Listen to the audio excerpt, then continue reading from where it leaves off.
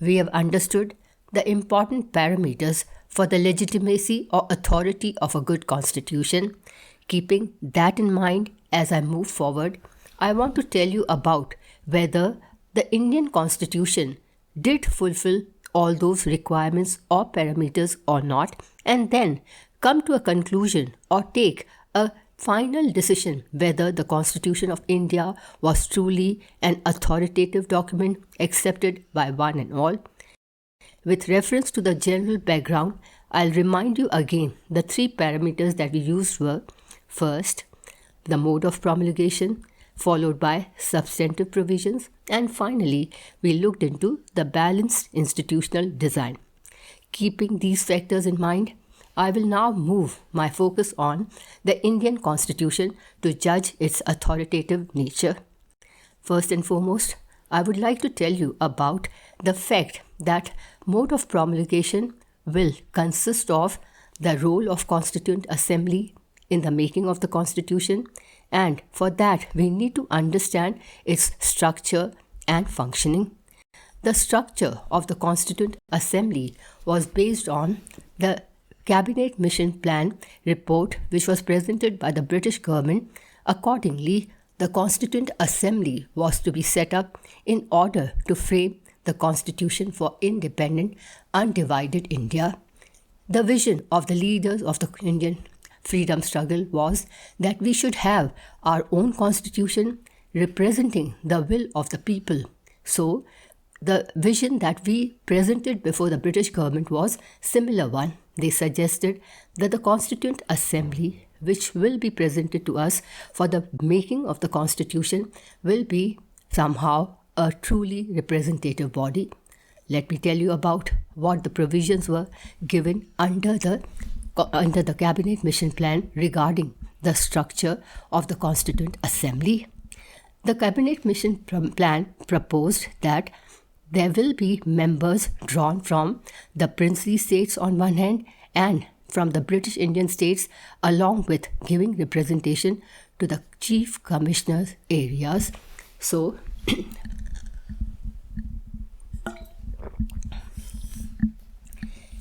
as far as the British India states were concerned, 292 members were to be representing in the Constituent Assembly. Coming to the princely India states, they were to comprise of 93 members. There were 4 chief commissioner areas which were to have 1 member each.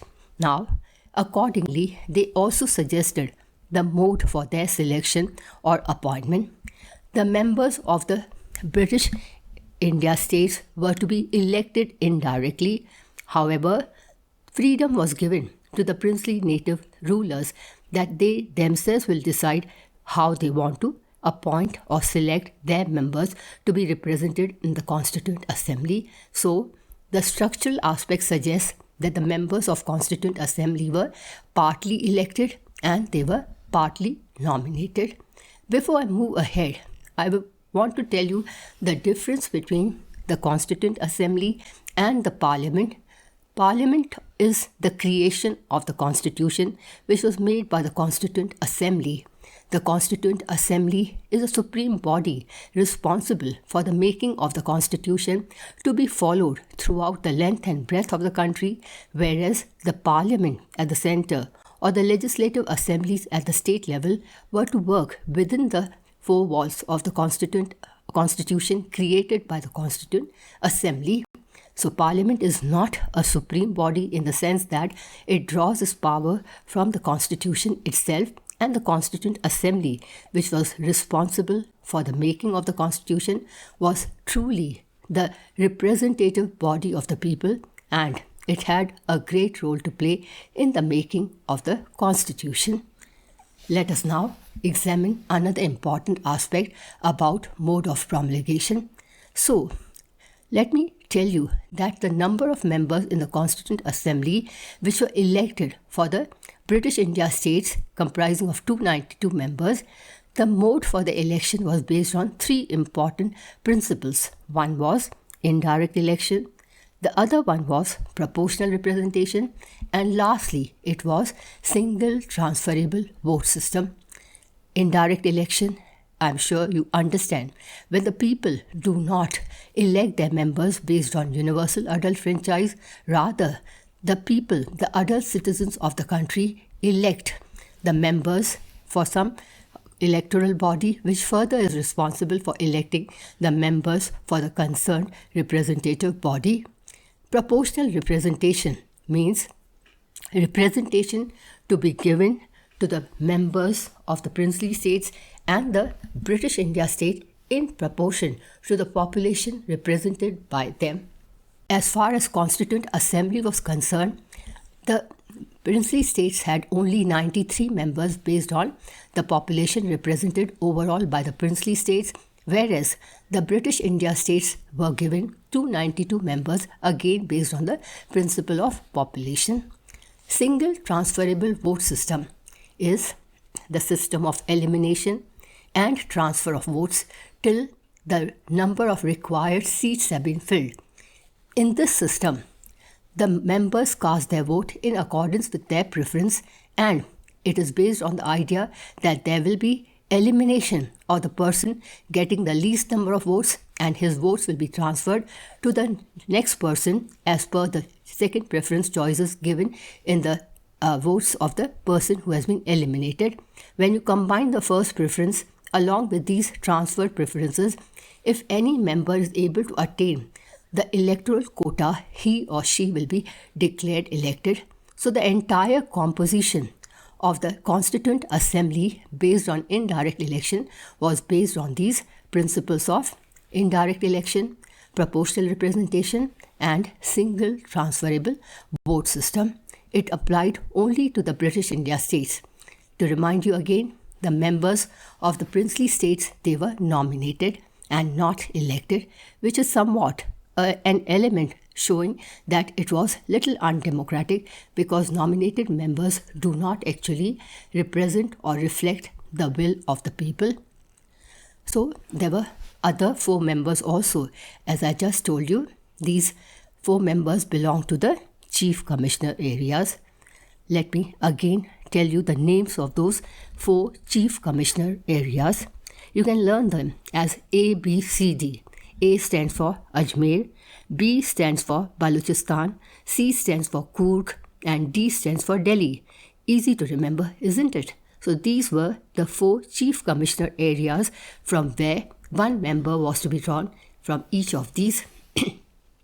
The next principle that we need to understand is the various categories under which the entire population of the country was divided, which was to be selecting the members belonging to the various communities existing in the country. The members to be elected were from 3 important communities. They were Muslims, Sikhs, and General. As the 3 compositions suggest, general category had the majority of votes, majority of population, whereas Muslims and Sikhs, they were in minority, and thus they definitely had less number of seats in the Constituent Assembly. However, overall, it was truly a representative body because it tried to accommodate the different sections of Indian society. I will be examining this question, whether the Constituent Assembly was a representative body or not. We are looking into the structural aspect. Under structural aspect, I will try to tell you about the fact that our focus will be on various arguments which will suggest whether the Indian Constituent Assembly comprised of membership which was truly reflecting the will of the people or not. The first and the foremost argument that I want to keep before you all is the method of election that we followed. You may question me that we followed indirect election, so how can we give this argument in support of Constituent Assembly being a representative body? But let me explain you. Though elected indirectly, the leaders who were representing India in the Constituent Assembly were very popular leaders, whether they belonged to the general community, Sikh community, or Muslim community.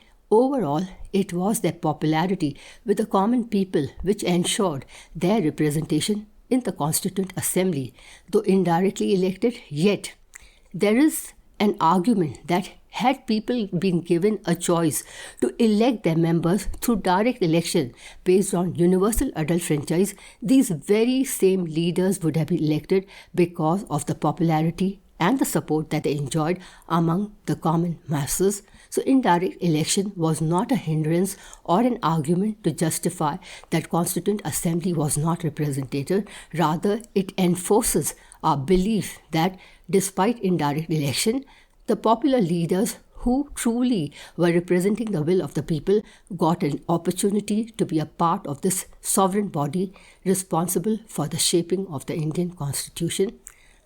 Second argument, to take it forward in favor of Constituent Assembly being a representative body was the idea of communal representation. Again, is it not sounding something contradictory to a democratic principle? Yes, it must sound, because general understanding about democracy is that there should be universal adult franchise and equality as far as participation of the people in the process of election is concerned. Every adult citizen, irrespective of his religion or other background, should not be taken into consideration when people are contesting election or the people who are voting for them. Communal representation is somewhat an undemocratic idea which had been used by the Britishers as a matter of divide and rule policy in India. But here I will explain you as an argument to suggest that Indian Constituent Assembly was truly a representative body. Now, let me remind you the three categories that I told you: Muslim, Sikh, and general. The general category comprised more or less of Hindu population. Now, Hindus in divided India were certainly in majority. So, in accordance with the population, the Hindus definitely had the highest number of seats in the representative body. So what is unfair about it? Followed by Muslim and Sikh community, which were minorities in independent India, but they were not left out. It is not that they did not get any representation whatsoever. Even seats were reserved for scheduled castes and scheduled tribes as per the population existing in the country. So enough care was taken to see that though we were having election based on communal representation, yet every community was given due justice, a sense of equal participation, because every community got their seats in proportion to the population backed by them. Coming to the next one, it is suggested that Congress party at times enjoyed dominance within the Constituent Assembly. Again, I will try to show you the other side of the picture. So what is the other side of the picture? Congress, no doubt, had 82% of seats in the Constituent Assembly, which is a very, very huge number. Agreed. But then, do you know the reason why Congress party was having such a huge majority in the Constituent Assembly? The reason was that Congress party was an umbrella organization. It was an organization which drew attention of members from different communities, whether it was Hindus, Muslims, Sikhs, scheduled castes, scheduled tribes, or the different, say, group of people speaking different language, coming from different cultural backgrounds, or from different functional or professional background.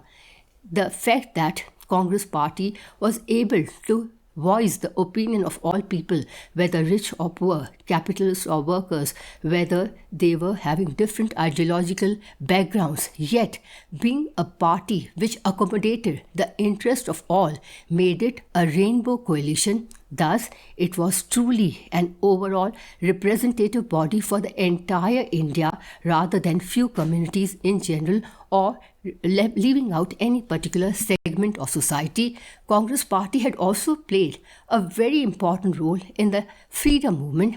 So it was the party which was actually given the responsibility for shaping the Constitution of India as it reflected the values which need to be enshrined in the Constitution based on the will of the people, because of its centralist nature and also the accommodative spirit that the Congress party had, along with the leaders that it had. They were tall, towering personalities. Nehru, Patel, they were magnetic personalities in the sense that they were able to carry the will of the people along with them, which suggests that there is nothing wrong about Congress party having played a dominant role in the membership of the Constituent Assembly and thus making the Constitution of India.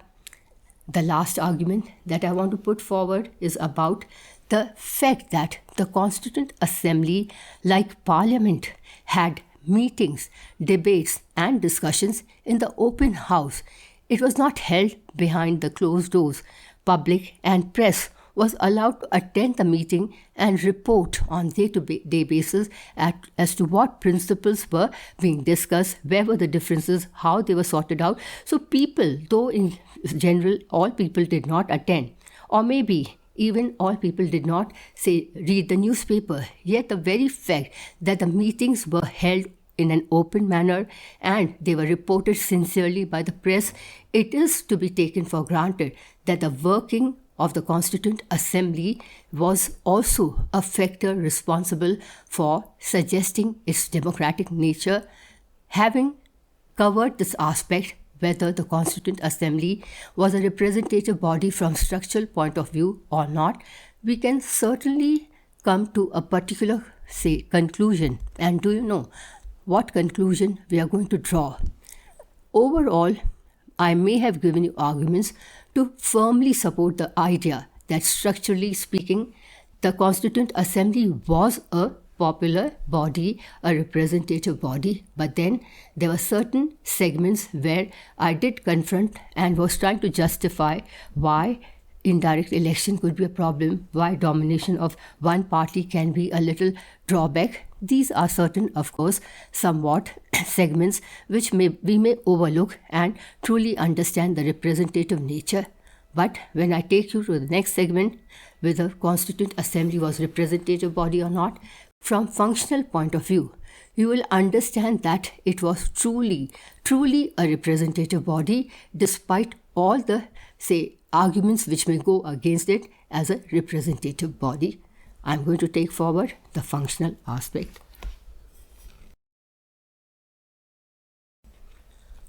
You can see the picture of the Constituent Assembly. The members of the Constituent Assembly are debating, discussing, and trying to bring out their own viewpoints as to the provisions of the Constitution.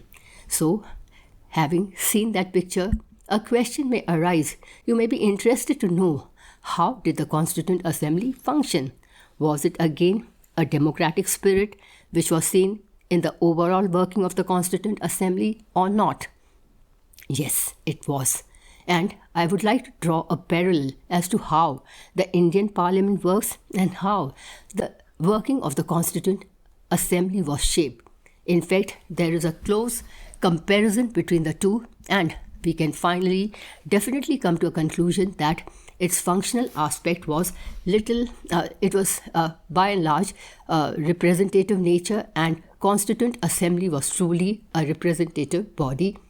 The first and the foremost thing, there were various committees in the working of the Constituent Assembly. So when a parliament functions, when a bill is introduced in the parliament, it is to be covered through the working of the committees within the parliament. Select committees are there, and depending upon the nature of the bill, it goes to a particular specialized select committee where detailed research is carried out and a report is made, presented before the parliament or the house as a whole to be discussed in general by the entire membership of the particular house before it could be finalized and put to vote. Similar was the working of the Constituent Assembly.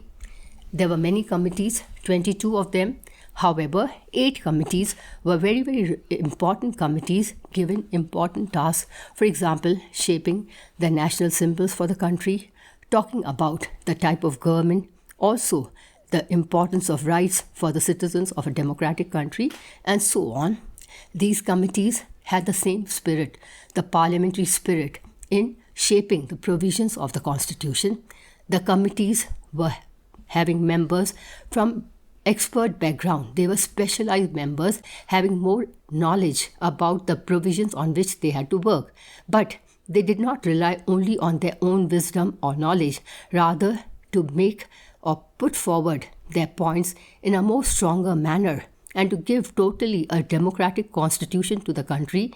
They analyzed the principles on which they were working, how they are functioning in other countries of the world. The very fact that I told you somewhere that we had borrowed certain principles from other constitutions of the world brings you to this point. The committee members, they were trying to look into the working of these provisions all over the world, and having understood those provisions, they drafted their own report, which was to be submitted to the drafting committee. The head of the drafting committee, Dr. B.R. Ambedkar, put all those reports of different committees together in a document called Draft Constitution. Now, the entire draft constitution was discussed in a lot of detailed debates, discussions, and after having understood the principles through introduction, various committees, various stages through which it had to pass, and having gone through the debates and discussion procedure, those provisions were individually voted upon. Most of the provisions were adopted by way of consensus. Differences were sorted out, and there was an attempt made to bring about somewhat consensus on those topics or subjects where there were minor differences. Some provisions of the Constitution also were subject to majority vote because the number was not really enough to build about a unanimity or a consensual approach towards those principles. The various provisions that they spoke about or discussed in the Parliament was revolving around the differences which different parties, different members had as to whether the country should have a parliamentary form of a government or presidential. Should we go for unitary or federal form of a government? Is right to property an important right to be given to the country which has a democratic form of a government? Or what should be the relationship of the central government with the state? Is emergency provision justified in a democratic country or not? These were quite, contesting questions, and different viewpoints were there. After debates, discussion, whatever, suggestions were positive were put into consideration, and the final provisions were adopted through majority vote. However, there's one important principle which goes as a very, very important principle is universal adult franchise. Let me tell you why it is important. I'm not wanting to merely tell you about the meaning of the concept of universal adult franchise. Rather, the idea is to emphasize that this was the only provision where no debate, discussion, or differences were seen at all. In one go, the principle of universal adult franchise was adopted based on complete consensus of the Constituent Assembly. This shows truly the democratic nature, our firm belief in the democratic setup where every adult citizen of the country, irrespective of his caste, color, community, background, will have the right to vote for a person or a party of his choice. So, a very, very important principle you need to remember also from examination point of view.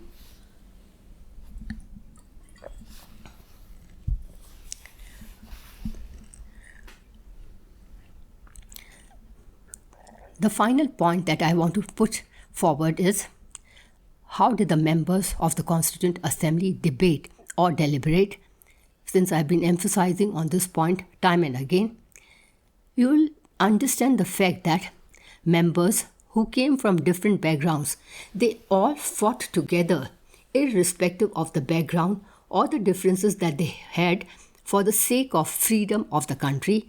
They were just having one common objective, and they were ready to keep aside all their differences for the sake of country's freedom. So national interest was the primary factor which was kept into mind while the making of the Constitution. Also, having been under the foreign rule for nearly 2 centuries, the only thing that motivated us to rise above all this is that we have to do away with our sectional interest, with our partial interest or party-based interest. We have to work only and only for the sake of country's interest, So national interest was the primary factor which was in the background of debates and discussion. It was not the personal interest which the members were keeping in mind while making the constitution. They were much above that. It was the public reason which guided them. They give solid arguments, solid reasoning as to why a particular principle was important for an independent country like India. So, public interest was the primary thing, and also the national interest had made us approach towards our work in a manner which was based on unity and integrity of the country, and we were working with that spirit to work for the country which was sovereign now and had its own constitution ready for its application.